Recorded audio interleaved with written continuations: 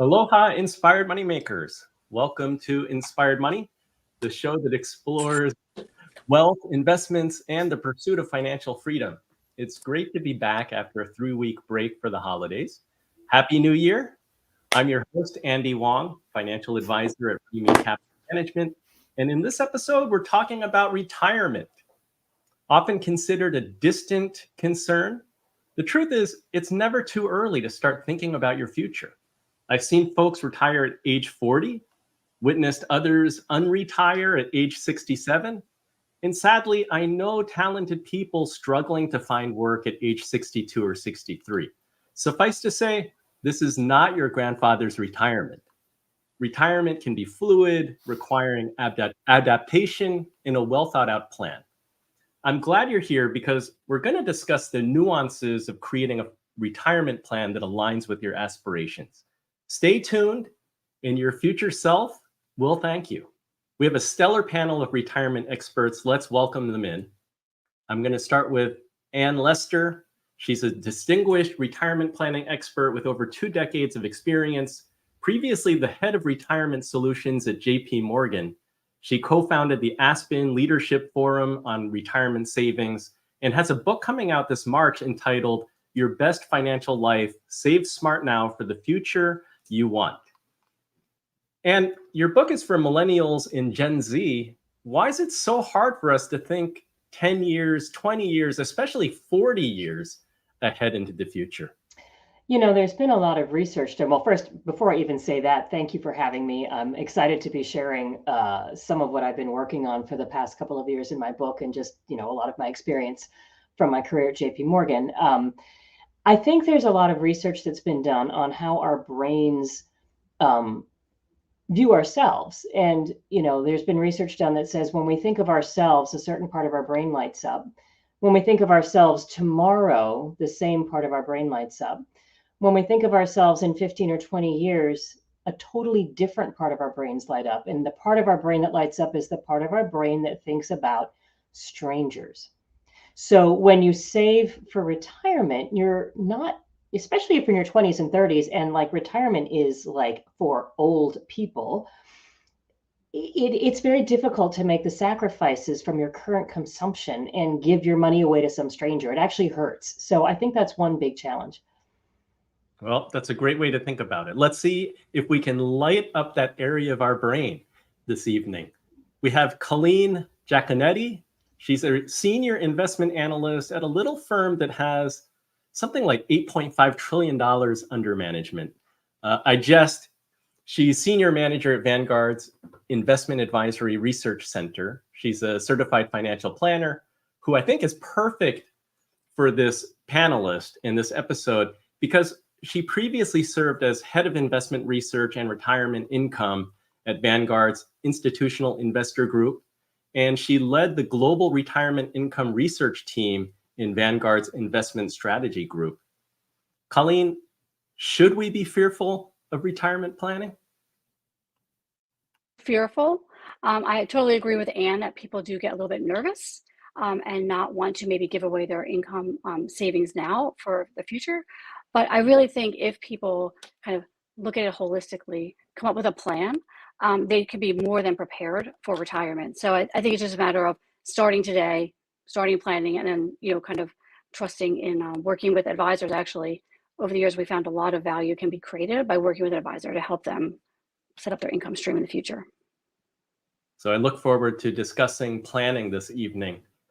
Fritz Gilbert is founder of the Retirement Manifesto, a blog focused on achieving financial independence and finding a fulfilling retirement. He's also the author of the highly reviewed Keys to a Successful Retirement, Staying Happy, Active, and Productive in Your Retirement Years, offering practical advice drawn from his own experiences.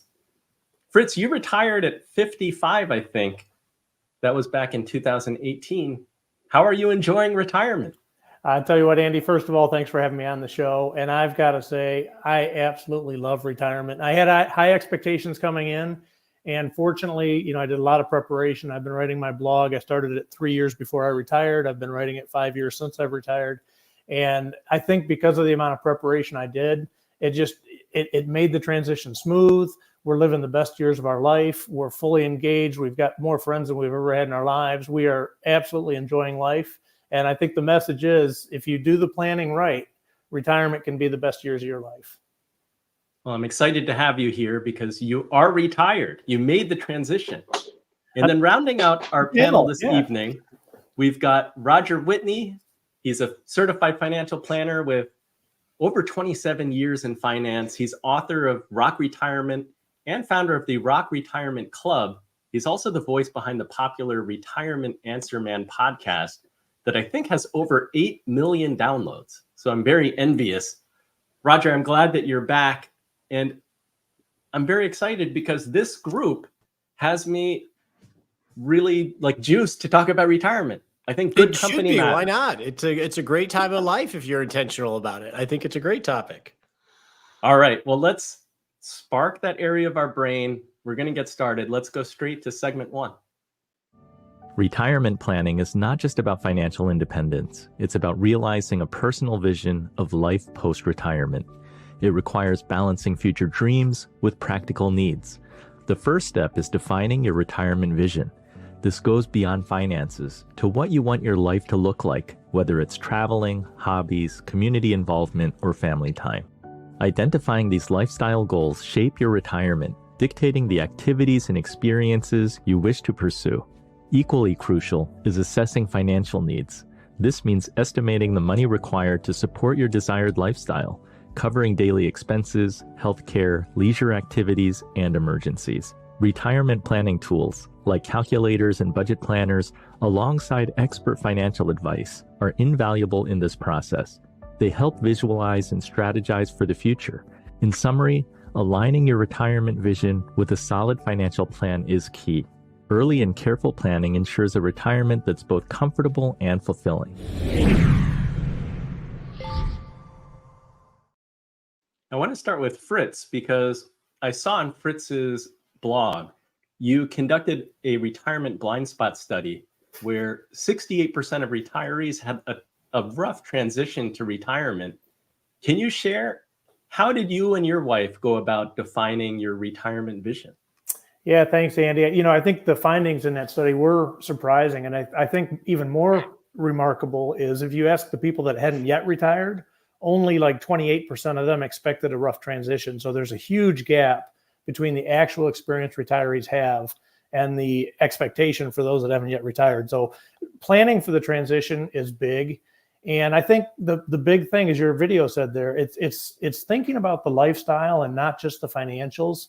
And if you think about all of the non-financial aspects you get from work, you've got your relationships, you get a sense of challenge, you get your sense of purpose, self-identity, challenges. Thinking about how you're going to replace those in retirement as you're planning for retirement. And then if you decide you're going to travel or do something like that to get the fulfillment, build that into your planning so that you've got the financials running parallel with the life that you're trying to design is the key. And I think spending time focusing on the non-financial aspects of it, to me, and from the research I've done, is the biggest key. The more time you spend doing that, the smoother that transition will be, and the more sound your retirement plan will be, because you've already incorporated what you want your life to be as you're working through the numbers. Thank you. Roger, you work with hundreds of clients, guiding them with the retirement planning. You have thousands, if not more, listeners, and you're answering listener questions. Can you talk a little bit about how you guide clients in aligning their retirement vision with their financial capabilities? I think one thing we need to acknowledge here is that it should be a rough transition. You've never done it before. And Fritz is definitely, he and I have known each other for a long time. It definitely can be smoother than most if you're intentional about it. And the word I would think of when I think of Fritz is purposeful. It's not like he had a purpose going into retirement. He was purposeful in figuring some of that non-financial stuff out. But I think the key here to remember is it's supposed to be hard. You've never done it. And that is part of the transition. It's a major life transition. A good analogy I would use, Andy, is the Shawshank Redemption. I forget the characters' names, but when you're in prison and you're going to be released. You can be purposeful about what you're going to do with the rest of your life. But you know what? You're institutionalized in a way of life, and you're moving into a whole new way of life. And in many ways, and you've been working for decades, you've been institutionalized in work structure, the community, how you're going to pay yourself, how you're going to be fed. And when you retire, you're released. It's going to be a little hard until you find your sea legs. A lot of this, though, is being purposeful to trust yourself that you're going to figure it out. And what is your experience working with clients? Like, what do you think are the most overlooked aspects of financial needs planning for retirement? Well, it's interesting because I think, when you're in your 20s and 30s, that stranger is so hard to save for. And Fritz, what you were just talking about in terms of, envisioning that future life, what do you want to do? Who do you want to be? How do you want to spend your time? Paradoxically makes it much easier to save for that stranger. So that already is a great way to light that part of your brain up and actually light the personal side of your brain up and make that easier to do. So I think that's a great way to start. The thing I find most difficult's the wrong word, that I think I hear a lot from Gen Zs and millennials when they're struggling with this concept of saving for retirement is they don't feel like they have enough money to save. So there's a conversation about, well, you may not have all the money you want to save today, but you will the next time you get a raise. So let's start by just putting a little bit away today. And then when you get that raise, you're going to put half of it into your savings. And that's how you get the savings bug going. You don't have to bite off 10 or 15% today, but you need to get there in 5 or 10 years. So let's do it now. The second thing is, I think when you're younger, you don't have the life experience to understand how compound returns work. Like maybe you understand the math kind of, but you haven't seen it. And there is something magical about, if you've been saving in your 20s and 30s, when you're, let's say 35, and you look at your 401k statement or your brokerage statement, you go, oh my gosh, look at all that money. Did I do that? But when you're just starting, all it feels is like, and I'm not going out with my friends again. Why am I doing this? Right. So that's a real challenge too. Yeah, it's great advice to start early, and it can start with baby steps. You can wait until that first raise, and you just bank that little bit of savings, and it's the beginning of something. And it also gets you started in the right habit that you can continue and build upon.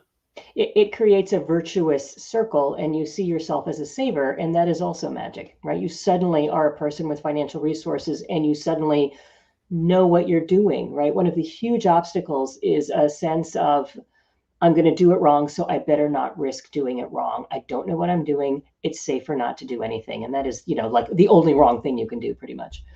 And my daughter just had this epiphany. She's 26 years old, and she's not quite sure what she wants to do with her life.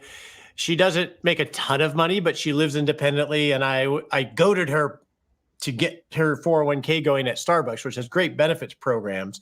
And she came to me the other day, like, I have like $8,000 in there, and she doesn't contribute a lot. And I think she just saw that click of, oh, okay, now I sort of get it. And that really does help.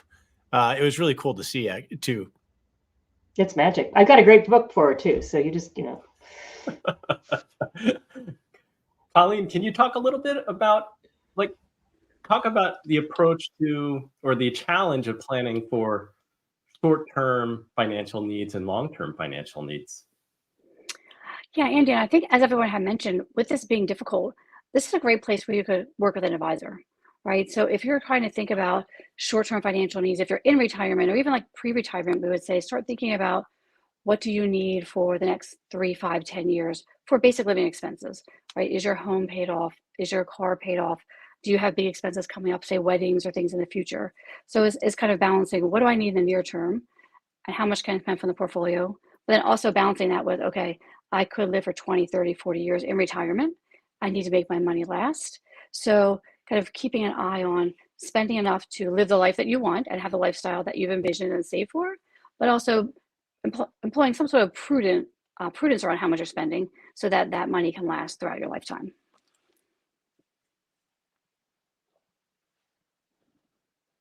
Oh, let's go to segment 2.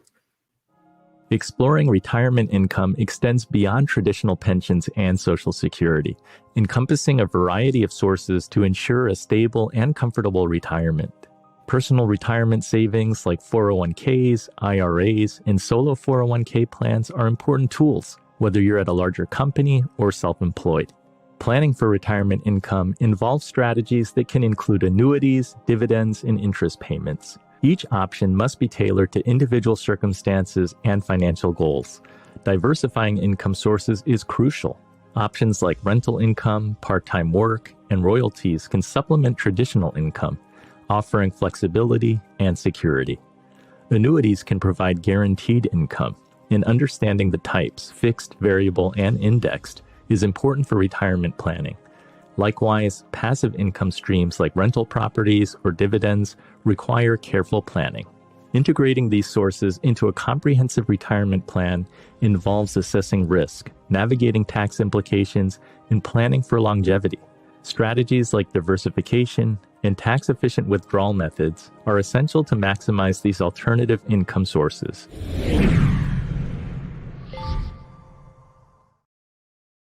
Colleen, what does your research say about bonds, stocks, annuities, and real estate as sources of income?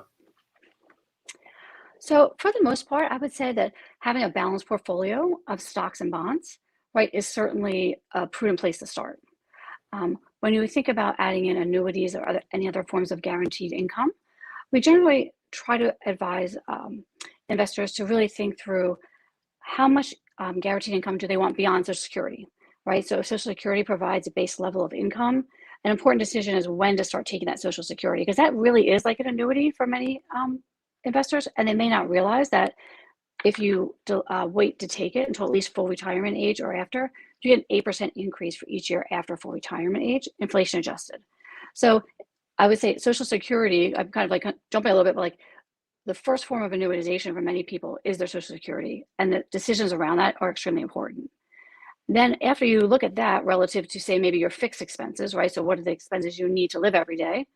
If there's a gap between the fixed expenses and the amount that you are receiving from Social Security, many investors do consider having some sort of guaranteed income to fill that gap. So it's certainly, a piece of the portfolio, but I would say the large majority of the portfolio, right, would be more than adequate to have a prudent spending rule and a balanced portfolio between stocks and bonds. Mm-hmm. And I think you've had professional roles building and managing pension and retirement funds for large organizations. What type of investments are the most likely to generate the returns that people need? So we were joking right before we kind of went live about getting really geeky. So I can get really geeky. It's tempting. But there's a real challenge, right, between trying to generate returns. And if you're in your 60s and 70s, you really have to think about living for another 30 plus years with not wanting to lose money, because the markets go down sometimes. And so when we think about designing sort of post-retirement strategies and withdrawal strategies, my former role was designing and running a target date funds, which are designed to get people to and through retirement. And the riskiest part of the process, right, of a portfolio's risk is really at the moment when you're switching from putting money in to taking money out. And we talk about dollar cost averaging when we're buying things. When you're selling things, you have to worry about dollar cost ravaging, because if you sell when the markets are down, you're going to never get those monies back, right? Your portfolio is never going to recover. So there's two different concepts here we can kind of think about. One is the total level of risk in your portfolio, which is largely driven by the sort of stock bond mix. And the second one is you touched on just now, Andy, is what kind of income generation are you trying to generate from that portfolio? And there's a real balancing act that I think has to take into account your tax situation, what income tax bracket you're in, your level of comfort with the kinds of risks that you might be running, because in the long run, right, a more aggressive portfolio is going to work out. But if you need to be selling something every year to fuel your lifestyle, right? That's very risky. Assets in particular that generate income, right, or fixed income, obviously you get those coupons. High dividend stocks are great. Real estate is great, and I'm going to stick another hat on and just mention that I'm on the board of a private markets firm called Partners Group, which is a Swiss private equity company that also has strategies that can be utilized by high net worth individuals. And private assets like infrastructure and real estate, as well as doing the classic, I'm buying and managing some rental properties myself, are also really great ways to generate income, although they are expensive, right? So that's another variable, right? How much are you paying for these things? I will absolutely echo Colleen's comment that some people may find it very beneficial to raise their guaranteed income floor above and beyond Social Security by utilizing some kind of annuity. And that, I think, is a great way to get peace of mind and maybe let you take a little more risk with your investment portfolio as well. So you do have some more growth available to you. It has felt a bit challenging just because in the past 3-4 years, the cycles are happening so quickly. And I think for most investors, doing less rather than more is typically better, especially in times of volatility. Fritz, I'm wondering, since you are retired, have you run into any pitfalls of managing multiple income streams in retirement? Yeah, Andy, I think the big thing to feed on what Ann was saying, obviously when you move from accumulation to withdrawal, that's a major transition, and you have to position for that, preferably, a year, 2 years in advance. And the biggest thing I did is we built up a cash cushion of 3 years of spending. And obviously the market's been pretty volatile since I've retired. Very good for the first 4 years, and then obviously rocky the last 2 years. But it's rebounded now, so we've been able to replenish the cash. I'm blessed with a pension, so that's fortunate. But we are withdrawing from our investments. So it's surprising though, Jim or Andy, I have had such a small amount of anxiety. It's not a big issue. I've been through a lot of bear markets during my career. I've got about 60% stocks, maybe 30% bonds, maybe 10% of that is cash, and then 10% alternatives. So I've been able to find things that I've had to sell when I've had to generate a little bit of cash. But again, with a 3-year cash buffer, which normally in my working years, that would have been maybe 6 months, right? An emergency fund. Having some additional cash, especially now with the higher interest rates that you can earn on it, it's less of an opportunity cost. That goes a long way to calming you down in retirement and giving you time to be patient to allow your other asset classes to rebound before you have to sell them to fund your retirement. Yes, a 5% interest rate has been a nice benefit. People sleep a little bit better at night. Roger, any innovative strategies that you've used for your clients, or is it a matter of keep it simple? Well, I'm going to say something that may sound a little weird, but I think one of the biggest problems with retirement planning is that it's financial people coming up with things to solve for income. It's not a financial issue in terms of an investment product solution, which is how we always tend to approach it. And when we talk investment products, whether it's an annuity or real estate or something else, that's really optimization. And there's a lot of things that we got to get to before optimization. So the way that we organize it with clients is we're more project managers than investment managers.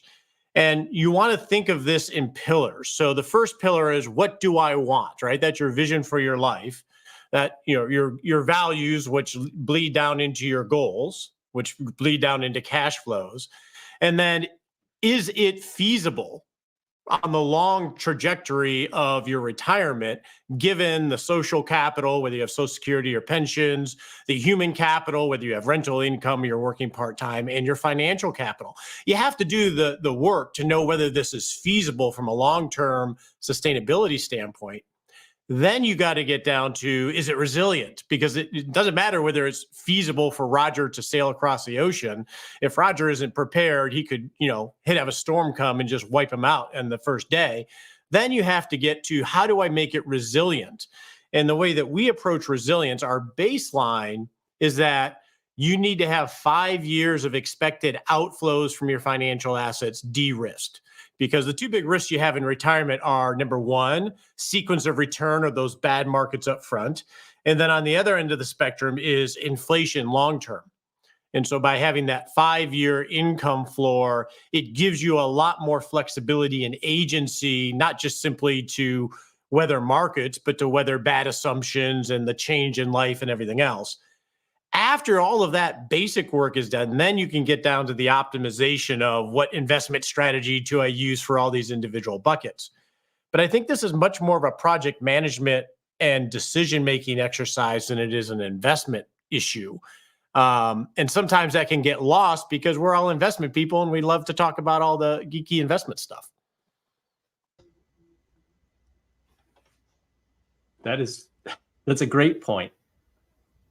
What if you don't have 5 years worth of assets that you can de-risk? There are those who are they're more borderline. They're able to. Oh, that's a great point. So what do you do? Well, at that stage, you're going to get to where their plan is probably not feasible from a long-term trajectory standpoint, right? So if they don't have enough assets to support the goals, those base great life is what I call the needs, and then the discretionary spending, then the negotiation has to happen to get to a feasible plan of record, right? And you're going to have to look at what options do you have if you are very constrained or underfunded.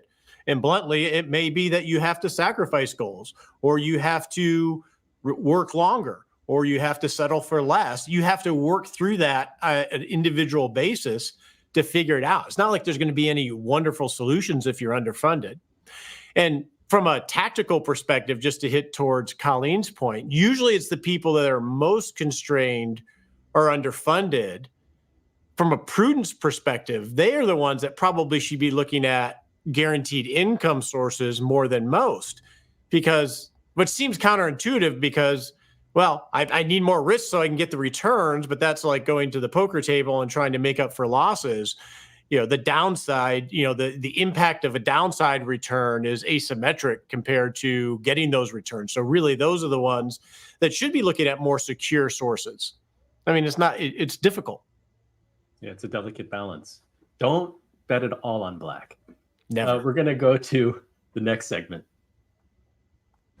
Retirement withdrawal strategies are crucial for sustaining a stable income flow. Understanding methods like the 4% rule, dynamic withdrawals, and bucket strategies can make a significant difference in managing retirement savings effectively. The 4% rule starts with withdrawing 4% of your savings in the first year, then adjusting for inflation annually.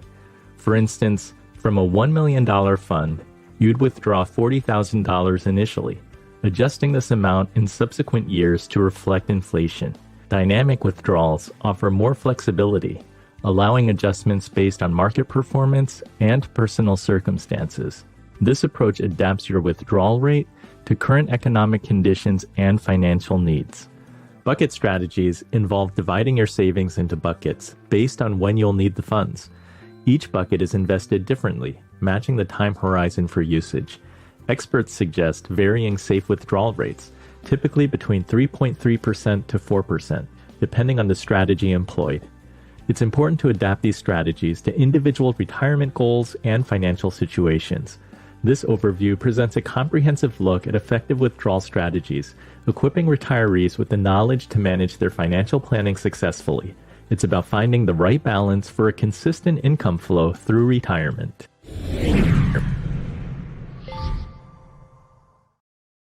Colleen, is this your area? Is this an area that you've done research on, the timing of withdrawals and how to build a strategy? Yeah, Andy, we've done a lot of research on this over the years. And I guess there's really two parts to it, right? The first part is the withdrawal rate. How much can an individual spend from their portfolio without running out of money, right? So the whole balancing of current and future needs. And that's when we come up with our dynamic spending strategy, right? Because when we looked at the 4% rule, that's risky in that you could either run out of money or you could have a surplus at the end of your life, because as you know, everyone else I think has already mentioned, the sequence of return risk, right? So if you increase your expenses every year by inflation, no matter what, regardless of what's happening in the markets, like the 4% rule does, so basically ignores market performance, you risk running out of money or having a surplus at the end and not actually enjoying your retirement. a lot of people then look at, they say the percent of portfolio method, and they say, maybe I should just spend a percent of the portfolio each year. For a lot of retirees, they don't want the volatility that's associated with that method, right? So when we come up with a dynamic spending strategy that we use, it's really just saying, how much would someone be willing to cut their spending in down years so that if the markets go up, they could increase their spending by a little bit. So it's a little bit more intuitive about how people actually think. So you give yourself a raise if the market's doing well. If the market's not doing well, you cut back your spending a little bit. And by reinvesting whatever excess earnings you have, so say if the market's up 5 or 8, say the market's up 8, you could increase your year-over-year spending by say 5% and reinvest that 3, so that in the future, if the markets go down, you don't have to cut your spending as much. So we found that that method really provides a lot of the stability that people need from year to year, but also the longevity that people need. So, right, they're not going to be maybe necessarily running out of money as they would be with the 4% rule. But then the other piece is the withdrawal order, right? So once you know how much you can spend, how should you think about spending it, right? So a lot of people have a mix of taxable, tax-deferred, and tax-free accounts. So how do you think about spending those in a way that minimizes taxes? Because the more you're paying taxes, right, the less you have to spend during your life, or the less you have to give to heirs. So we would generally, advise people to spend all of their non-portfolio cash flows, so the things we talked about, Social Security, pensions, rental income first, then any cash flows from taxable accounts, right? So interest, dividends, capital gains on assets held in taxable accounts. And then finally start selling from assets in their taxable account, which is sometimes counterintuitive, where people who are retired think they should spend their retirement accounts and maybe not spend from their taxable accounts. But you should really think about spending taxable accounts and then tax deferred or tax free. This is like high level general speaking, but spend from your tax deferred accounts within your tax rate's the lowest, right? So by doing that, so if in the beginning of retirement, you have part-time income, maybe you have a higher tax rate, you might want to spend from your tax-free accounts and save those tax deferred when you can take them out at the lowest rate. So it's really 2 parts. How much can I spend? And then where do I spend from to minimize taxes? So we found following the withdrawal order that I just mentioned can add over 100 basis points of value, which obviously translates into either higher balances for clients or more spending over their lifetime. Thank you for that. Roger, where do you stand on the 4% rule, the benefits, the drawbacks? I like the sound of this dynamic spending strategy. And we know that there are radio personalities out there talking about an 8% rule. So I want to turn it to you. Yeah, I think it's a heuristic like anything, and it's good to that, right? Whether it's 4% or dynamic withdrawal, it's taking a financial engine and fitting the person into the box to solve for lifetime income. That works when you're thinking about this in an academic sense or from an institutional sense. In reality, everybody is their own iteration. And their life isn't a financial issue. So the best way to think about it is there's a fundamental difference between a complicated problem and a complex problem. And that's the core of what we're dealing with here when we think of rules or systems. A complicated problem can be solved. You can think through all the logistics and the complicated issues and create the algorithm and then repeat it for whoever comes down the line.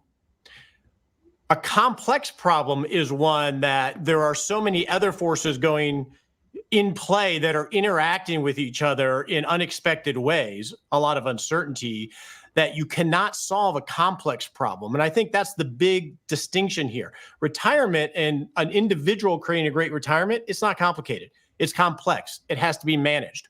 A 4% rule, a dynamic withdrawal rule isn't going to solve it for an individual. One easy example here is that the biggest variable in someone's retirement is not the markets, it's not inflation, it's not sequence of returns, it's their life circumstance and their preferences. Those are going to change as much or more as all of these other things, the financial stuff that we think about. And so a system that tries to solve for it in a heuristic or a model is really not accurate. And it's going to create anxiety. It's either going to cause them to have anxiety because they don't understand it, so they don't have confidence in it, or it's going to fit them into a box where they have to adjust their spending to the model rather than creating the life that they want. So I don't use any of that stuff in my planning, and I'm pretty adamant about it. Fritz, what's been your experience? Have your spending, like what you want and the things that you want to do, how much has that changed in the last 5 years? Yeah, it's, I'm a DIY guy, unlike everybody else, but I'm supportive of the financial planning community because I'm pretty nerdy about this stuff and I spend a lot of time focusing on it, and it's always been a personal hobby. So, but this is an area you've got to get right. And as you can hear right here between Colleen and Roger, there's differences even within the experts. In our case, it's been pretty easy. I mean, we basically started out. I'm not a fan of the 4% rule increase for inflation. That's just too naive, right? If the market goes down, people are going to naturally cut back their spending, right? You're going to start buying McDonald's instead of, the 5-star steak place, whatever. So what we did is we basically set it up where every year at the end of the year, we look at our net worth, we subtract our non-sellable investments, right? The house, you got to live somewhere, the cars. So we end up with an investing our retirement investments that we can spend for retirement. And we multiply that times 3, 3.5, and 4%. And that kind of gives us our guardrails. We know what our spending is approximately going to be. Obviously, inflation can be a surprise. But if the market's done well and we don't really need to spend more, well, we can kind of reduce our withdrawal rate. And we do it every year in January, once a year. And we just automatically set it up. You've always had a paycheck, right? In retirement, you don't have a paycheck. So we've just automated everything where it transfers out of a dedicated money market fund that we've set up for this purpose. Based on that math at the end of the year, we just automatically transfer money into our checking account. And we know if it's in our checking account, we can spend to know that we can spend what's in the checking account. We don't have to sit there and run a budget. We know that if it's in the checking account, it's within our safe withdrawal rate. So it really works well. It's reduced the anxiety. And having that variability on the spending, to Colleen's point, it lets us move our withdrawal rate up if the markets come down, so we don't have to cut all of our spending out, but we still are realistic about, hey, there's still got to be a ceiling on how high can you take your withdrawal rate before you're getting into a riskier area. So having just a formula that shows you the range and then deciding on what's going to work and set that up as an automated paycheck has worked really well for us. That's very practical advice, and good to see that real world practice is effective and working well for you. And can you talk a little bit about like 4% rule, withdrawal rates? This seems something that Gen Z and millennials probably don't need to be thinking about, or is that not the case? What should they be thinking about, or what do they need to understand about retirement so that when the time comes, they're ready? So in the interest of full disclosure, I have to say I co-authored a paper in 2013 called Breaking the 4% Rule that advocated for designing a dynamic withdrawal rate that was designed to help you get to 100 hypothetically and spend down your balance to 0. So we got super geeky about that too. But I think I don't agree with the 4% rule. I think any heuristic model is going to be wrong sometimes. So you can't overly focus on this is the right answer, because the other real wild card is how long are you going to live? You just don't know, right? So one thing I tell people is there's no right answer here. You can't solve the problem mathematically because there are too many variables, as Roger said, to be able to control, and everybody has a different set of risk preferences and sort of personal circumstances and walks into their post-retirement world with a different mix of guaranteed and non-guaranteed income sources, right? So everybody's different. For Gen Zs and millennials, though, the most useful thing about the 4% rule, which while it's not right for anybody, is also not wildly wrong either, is it's just a really good rule of thumb to say, look, this is probably not exactly what you should do or will do, but if you're trying to figure out how much money you should be aiming to save, right? It's a percentage of your income as you save, and a factor by 5, 10, 20% times, right, as you get older, of your annual income that you need to build in order to maintain that lifestyle. So I do think it's really helpful just as a framing exercise to think about, because it's pretty straightforward and simple and doesn't involve a lot of variables. I think that's a great point, Ann. It's like walking towards a mountain. When you're really far away, just head towards the mountain. Exactly, right? I want to go that way. Yeah. When you get there, right, you got to pick your exact path. You may go up and go down. I love that analogy, but just go in the right direction, right? And I think for 20 and 30 somethings, right, just start. invest the money. Don't worry about it too much. Given my former role as a target date manager, I think those are great investments, but like get it invested appropriately for your age. Make sure either you rebalance it or somebody else rebalances it, and stop worrying. Just do it. Let it go. Great advice. Let's move to segment 4. Retirement planning is as much about physical and mental well-being as it is about finances. Understanding and preparing for healthcare costs is crucial for a comfortable retirement.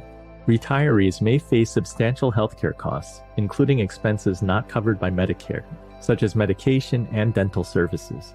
It's essential to recognize that while Medicare covers some areas, it doesn't cover everything, particularly outpatient services and prescription drugs. Factoring in Medicare's limitations, it's important to consider supplemental insurance plans, especially for long-term care needs like assistance with daily living activities. Health status significantly impacts retirement healthcare costs. Chronic conditions or lifestyle choices can increase these expenses, making it crucial to maintain physical health through regular exercise, reducing healthcare costs, and enhancing life quality. Mental well-being is equally important. Activities that keep you socially active, engaged in hobbies, and considering mental health services contribute to a fulfilling retirement. Budgeting for healthcare is essential, taking into account health status, location, and income level. A well-rounded approach ensures you're prepared not just financially, but also for maintaining your health and wellness in retirement.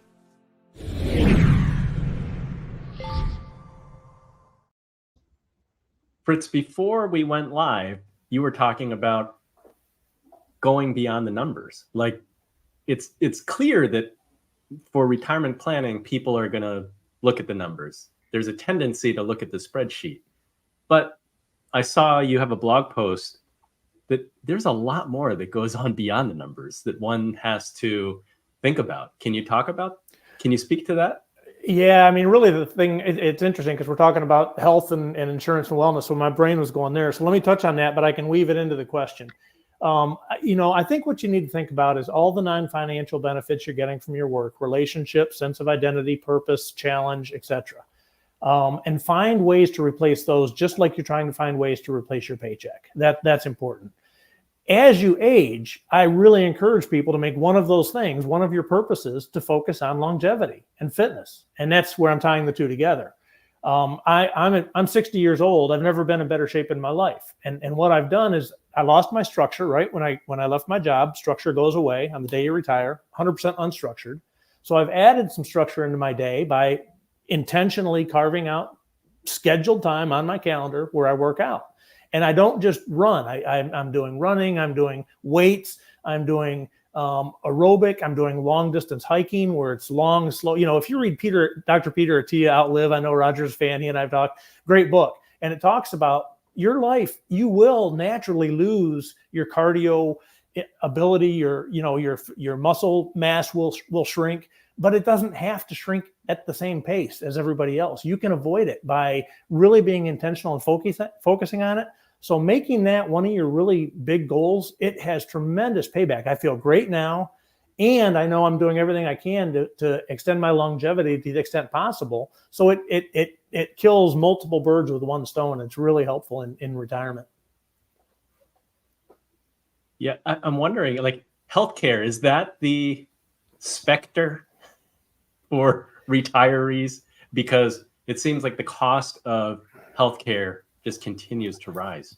Yeah, let me touch on that real quick, and then we move on to somebody else. But I'm 60, right? I've been retired 5 years, almost 6. I'm paying for private insurance. It's expensive, right? Very expensive, and I've got a pension, so I don't get any ACA subsidies. So we're paying the full share.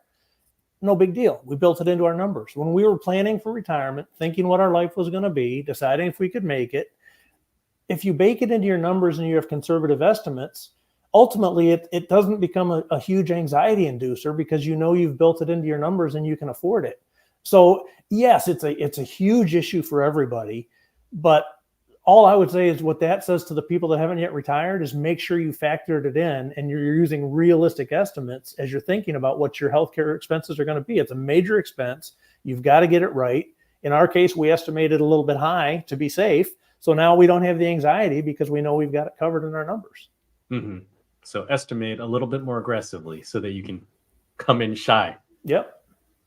Roger, how do you incorporate healthcare cost planning into your retirement advice? Well, I think we have to acknowledge here we're talking to essentially three different constituencies when we think about retirement. We have, out of a lot of hard work and maybe some good luck, overfunded people that have ample assets to cover life and deal with it. And they're dealing with issues. They have issues too. But then we're dealing with probably another segment, another contingency that is constrained. Oh, maybe they have enough or maybe they don't. And then from a societal standpoint, the largest contingent, which is they're probably underfunded. And the choice set is a lot smaller. So I think it's important to acknowledge that there's not one homogeneous group of people. I mean, like Fritz, we factor in the cost of health insurance, the private insurance, as well as transitioning to Medicare and having Medigap insurance. In our optimization pillar, we decide whether we're solving for ACA subsidies. So it's just part of the planning of a base great life. I do want to say on the non-financial stuff, if that's okay, Andy, the way that we approach it with clients and on the podcast and in our club is I'm a process guy. There are 4 pillars to the non-financial aspects of life. The number one is energy. You got to work to build energy so you can actually show up to your life. And that's moving, eating, sleeping, etc. And you have to nurture mindset, which is the second one, which is it can be challenging as you get older to continually to have a growth mindset. I think my friend Dan Miller wrote 48 Days of the Book You Love. I'm going down to visit him next week. He's in his mid 70s and he's diagnosed with cancer. He has maybe 3 months to live. So I'm going down to spend some time with him. In his revealing it to me, he's still focusing on what does this make possible in my life? So I think mindset, that second pillar, is critical. The third one is your passions. Work gives us purpose, but when we leave work, we need to have passions in our life. And then lastly, relationships. Those 4 pillars, I think, are a good framing for the intentionality that Fritz is taking that I think we all should take. I'm so sorry to hear that. I didn't know that about Dan. Yeah, he is an amazing man. Colleen, what numbers should we use for the assumptions? And then does one have to think about Medicare and its limitations? Yeah, Andy, I would say it's really important for people to kind of think through their own health situation, how long their parents lived, as well as their spouse or partner, right? So I do think, while I completely agree there's not like a one size fits all and the numbers don't tell the whole story, we do kind of view it as guardrails of, thinking through how long do you think you're going to live? How have your parents or grandparents maybe have they had cancer? Did you have a history of, heart problems or things like that? So I do think it's important to have realistic expectations, like helping like how long are you planning for? You might plan to 100, but if you realistically only think you're living to 80, right, the amount you can spend will be different. How you think about insurance will be different. So I think all that factors into running the numbers so that people can have peace of mind. So I would say definitely consider, if possible, having a supplement to Medicare, right? So just from personal experience, both of my parents passed away of cancer. And I think what people don't realize is you really have to pay attention to what the cost could be. So I would say if my mom did not have such great insurance, and my dad was a big fan of overfunding as far as insurance goes, we could have, she maybe would have had to sell her house, right? Or, other properties and things that she has. So I think it's really important for people to factor that type of thing is when you think about your plan, maybe you do have assets that you're having in reserve. Okay, if I get sick, I can always sell my vacation home. I could sell my rental property, right? So I think there's so much to it is you really have to factor all of the pieces of the puzzle in to a holistic plan, and then be flexible, right? Because obviously things are not always going to go as planned, and this has to be something that's addressed every year, but at least there's a plan there. I would kind of joke with my mom, you can spend money because you have assets that you can sell in the future. So I think helping people realize, have a plan, make sure you have good insurance that you're comfortable with for the amount of time you think you will likely be here, and then enjoy your life and relax because you have reserves in the background. And any thoughts on effective ways to prepare for unexpected healthcare costs in retirement? Yeah, I think, it's interesting because, again, lately I've really been focusing on the Gen Z millennial population. And one of my top 5 risks for people in their 20s and 30s is being underinsured, right? So it may be more health insurance and not long-term care insurance, and more like make sure you have rental insurance because pipes burst and roommates forget to lock the door. So you don't want your laptop gone. But the way I thought about it personally, because I'm also in this sort of transition phase, right? I don't have my paycheck anymore. I'm on boards and getting income there. I've got a book and speaking. But for me, it really is about making sure I have health insurance that's robust, and I'm overinsured as well and paying for it, and that makes me sleep well at night. But also thinking about what will derail my plan, right? What will blow me up? And it's looking at long-term care potentially. And so, I don't sell any of these products. This is not what I do for a living. I'm not an advisor on insurance or long-term care. But to me, it was thinking about, and this is back to my portfolio manager days, right? How do I take the tails off? Right? I don't care. The upside tails are great, but the downside tail, right? What would really derail me?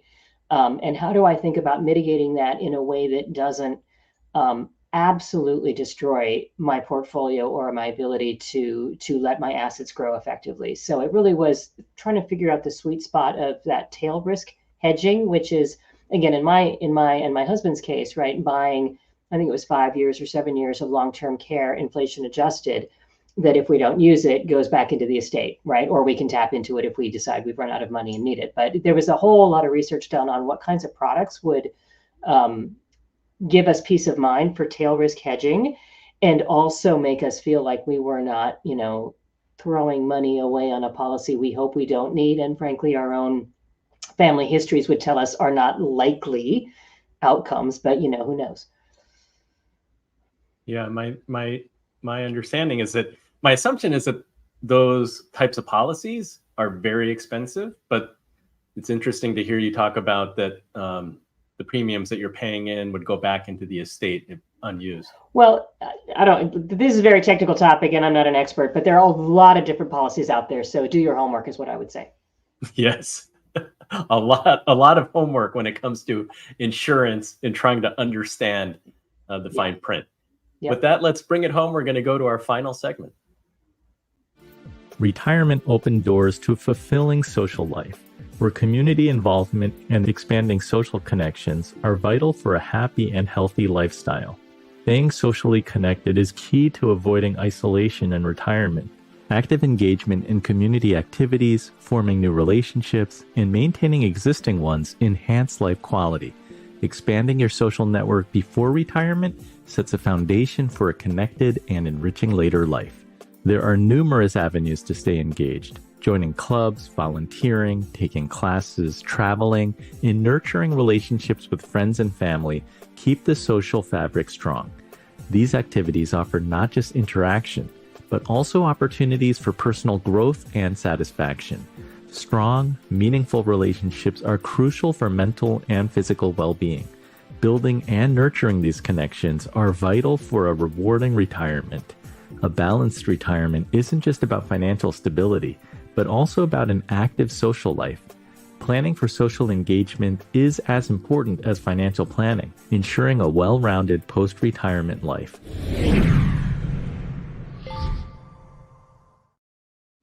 Colleen, in your research, does it touch upon this aspect of retirement? So we have not done any formal research on the impact of being socially engaged on well-being. It's really, most of our research is really focused on portfolio construction or financial planning, taxes, and things like that. So I would say I don't have any formal research on it, but I would say just from kind of going through with my family members and things like that you can't underestimate or how important having other people and having a social life is for kind of going back to the very beginning of, do you have a purpose? Do you have people that care about you? And that seems to really make a big difference in people's overall health and well-being. For sure. And then we see things like Blue Zone and the positive impact that social interaction has on longevity and on happiness and on health Fritz, does this aspect, is this like part of what makes the transition for many people difficult? Because it is a transition. Absolutely. Because your work is often like one's identity. Yeah. And your social network. That's right. And if you looked at that blind spot study that you mentioned earlier, one of the things that the question was, what do you think you'll miss from work if you haven't yet retired? And what do you actually miss from work if you have retired? And there was a huge gap again on the relationship side. People that were at work going, I'm not really going to miss these people. I don't like most of them anyway, whatever, right? But then when you're actually gone, the reality is those relationships are over, right? You think, I'll keep in touch. No, you don't. Everybody says, we'll keep in touch, and nobody does. It's a reality. And going from an environment where you're every day in a room talking to people, you're working on a common thing, you've got a common goal, whether you like them or not, it's social interaction, right? And you're going to have some good friends there. And finding a way, like I mentioned earlier, finding those non-financial attributes you get from work and finding a way to replace them. And I think the example I should probably use, my wife started a nonprofit when we retired called Freedom for Fido. And we build free fences for low-income families with dogs on chains. We've been doing it 4 years. We're building our 120th fence tomorrow. We freed over 300 dogs. Fine, charity's great. We love it. The unexpected part of this is we now have 200 people that are volunteers, and they rotate in and rotate out.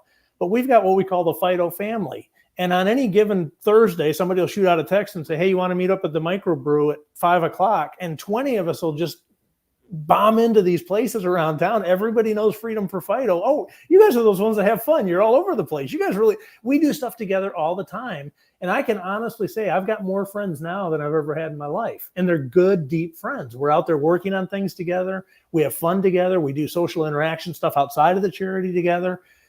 It's tremendously important to find a way to lock into that. And I would encourage people, start getting engaged in things before you retire, to start establishing those relationships that will live into your retirement. This is an area that you can work on before you retire. Get involved in a charity, right? Do a habitat build, volunteer at your animal control or humane society and walk some dogs. There are ways to get engaged even while you're working. Take a Saturday morning and go do something. Explore some areas where you can find like-minded people that you can start building relationships with. The second thing I'll mention, and then I'll move on, this is a passion of mine, is my blogging, right? I started that purely out of curiosity, as we mentioned, 3 years before I retired. And look at Roger. I've known him 10 years. And the only reason I've met Roger was through my blogging. So finding these things that you pursue with purpose and passion can also be the avenues through which you develop these relationships that are so critically important. So it's a big topic and one you've got to think about. Great advice. And I love the nonprofit story too. Roger, you talked about having a pillar to address this aspect of retirement. Can you share an example of, a client who hadn't really been thinking about this, and you really helped to guide them to First off, I enrich just their want to life? say, holy cow, Fritz just gave a sermon as an exemplar of building relationships. Yeah, so amen. I just want to acknowledge that. Again, it's true. A lot of us find that, loneliness, one, statistically, is a epidemic in people that are aging. It's a serious issue because people's worlds get smaller and smaller and smaller for a variety of reasons. And Fritz just listed a lot of different things. But we have clients. We do project management with clients using an agile structure. And we have clients where we literally have, the target for the next quarter is to make social connections. Because we've had a lot of clients that, travel for a living. They're road warriors. They come home. They don't know anybody in their own neighborhood. So we'll set intentional sprints for them and set the action items, have them set the action item. Okay, what are you going to do between now and our next meeting to put yourself out there? So this is a big issue. And I'll go back briefly to my buddy Dan Miller, who 8 years ago, he's an exemplar of this as well. 8 years ago, we went to Cuba together and we had 5 different decades of people, 30s, 40s, 50s, 60s, and he was just over 70 going together. I think it's very important to build relationships downstream from a chronological perspective. One, because you have a lot to give, a lot to mentor, and a lot of wisdom. And two, if you don't do that, bluntly, your network is going to get smaller because everybody's just going to move away or die. And so I think that's a perspective that we have to remember too. Yeah, it sounds like Anne is making a transition and very involved with boards and different organizations. And then with her book, which is targeted to Gen Z and millennials, she's speaking to her kids' generation.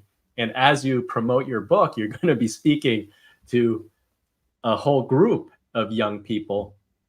Is this an area that was addressed when you were at JPMorgan? You know,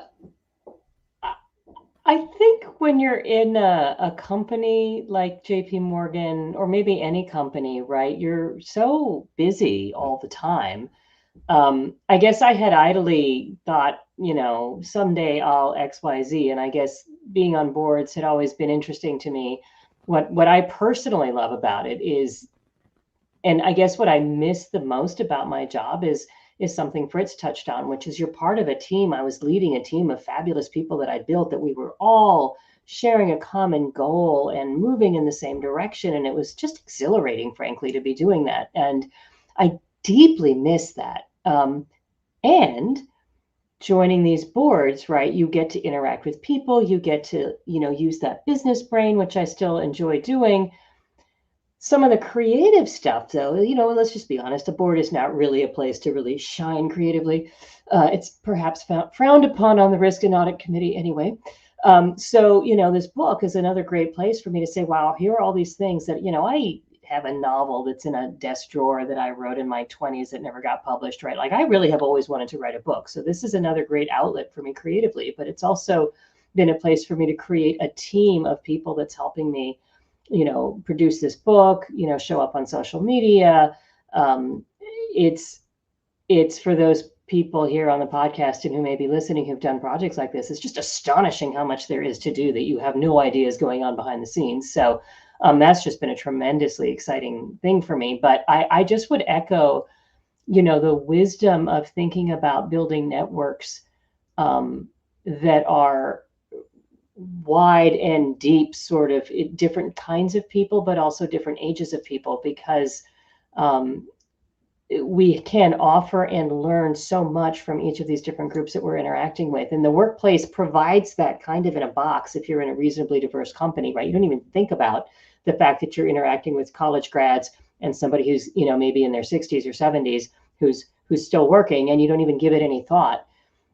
Suddenly, when you're not working like that, you're in a little group of probably people exactly your age, because those are your friends, because your kids all went to, school together or whatever. And you have to work a lot harder at finding that diversity. I think it's really important, though. Well, thank you. Thank you to our esteemed panel this evening. There's been so much value shared here. Just quickly to summarize, and I don't think I can do it justice, but it comes down to retirement planning, making a plan, identifying what it is that you want and need and desire, and it's never too early to start. Number two, diversified income sources. Diversification is always a good thing, and there are many rules of thumb that can help to guide you, but realize that there are just so many variables and factors when it comes to your retirement that you can't just say like 4% rule. You can use that as a rule of thumb and then make adjustments along the way and be very adaptable. And then I love this closing segment, the closing two segments really, where we talked about beyond the numbers, the importance of well-being. Retirement success is not just financial, and you have to focus on social and purpose, and to really give back your knowledge and find ways to be, well, I think find paths to creativity. I love that. So I hope that we inspired you to write down your plans for the future, to think about retirement, to spark that part of your brain. If you have questions or want to learn more, please follow our panelists. Anne Lester, you can find her at annelester.com. That's ANNE, Lester.com. Colleen Jaconetti, you can find her at Vanguard.com. Fritz Gilbert has a brilliant blog at theretirementmanifesto.com. Lots of great articles and resources. You can also check out his book. And then Roger Whitney, you can find at rogerwhitney.com or the Retirement Answer Man podcast. Also check out his YouTube, which has some great videos that are taking off. I've been watching those. So I hope to see the Inspired Moneymaker. I hope to see you next week on Wednesday, January 17th, same time, 6 p.m. Eastern. We have episode 19, Cultivating Abundance, Attracting Wealth with a Prosperity Mindset. So in the meantime, thank you for joining us. And in the meantime, do something that scares you, because that's where the magic happens.